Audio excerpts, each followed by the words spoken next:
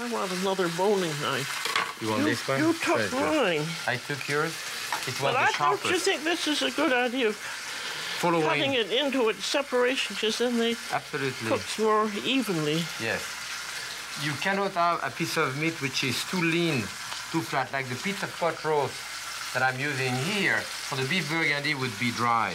You need a piece of the shoulder like here, or then just below the shoulder, the chuck that you have here, or the shank. Any of those are very moist, because the mixture that you see in the middle here is really gelatin. You get like transparent and very gelatinous at the end, and that's very good. I'll take the fat off. Take the fat off. This is all going to be brown too, so we'll brown out the fat. Shall we start your pot? All right. Now with this, we're going to brown it, but I'm going to do the classic way of browning it in some blanched salt pork or bacon, which is here. This is salt pork, but you want to get the salt out of it. So you drop it into boiling water for about 5 minutes, then drain it. I like that oil. This gives that little extra bit of flavor. And I think one of the reasons this is such a famous recipe, this beef bourguignon, it has such a delicious flavor to it. And again, this is very easy to make as soon as you get through with the preliminaries. We'll get mine here. Jacques? It's brown on one side already. Yeah, that's lovely. And again, because the heat transfer is pretty good, the pot is thick enough, and it gives me an equal heat, so I have nice crystallization of the juice, you know, of the sugar, and I want to brown that all around before we put the liquid. In the garnish of my pot roast, I'm going to put, for the time being, because first I cook it for a good 3-4 hours, very low oven, and after that I put the different vegetable in it. So, but to flavor the meat, I want a bit of onion, I want a couple of bay leaves, I put here, I want some fresh thyme, which I have there, and tomato. All of this is going to go in my pot roast. Now let's see. It's brown on the second side. I brown it here. Jacques, I'm going to say that these are brown enough. It's brown enough? To brown the beef. Oh, good. Let's dry the beef off in paper towels there. Yeah, it's pretty dry, huh? Is it? Yeah, we just cut it. We need to salt and pepper it a little bit. Well, that can go right in here now. Can you do it in one layer, you think? I hope so. If not, we'll do it in overlap, because if it overlap, it starts. It'll steam. Starts steaming rather than browning. So you have a place for another one here, another one here. That's it. That's just enough. Everything is in. If it just steams, all the juices start burning in it, and it's not doing what it should. I'm putting your garnish in there then. The carrots, onion, a whole head of garlic, a couple of bay leaves, and a couple of pieces of thyme also.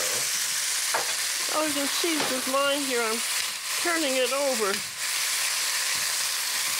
And the browning of the meat gives flavor, and it also gives color. Here we are. And what's very nice about a stew is that you can brown all the meat one day while you're preparing dinner, and then you can simmer it the next day while you're eating dinner.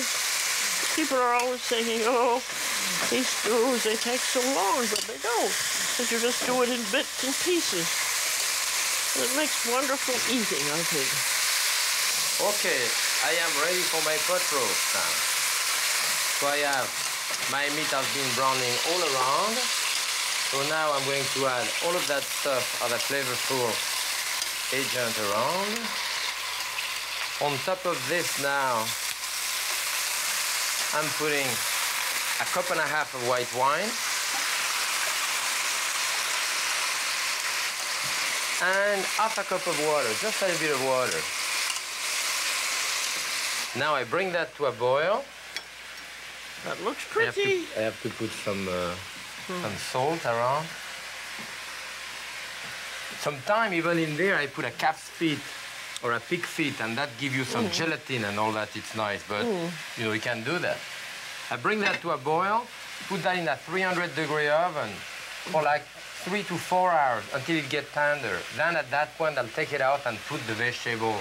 And at that point, you don't really have to survey it at all while it's cooking. You don't have to do anything now.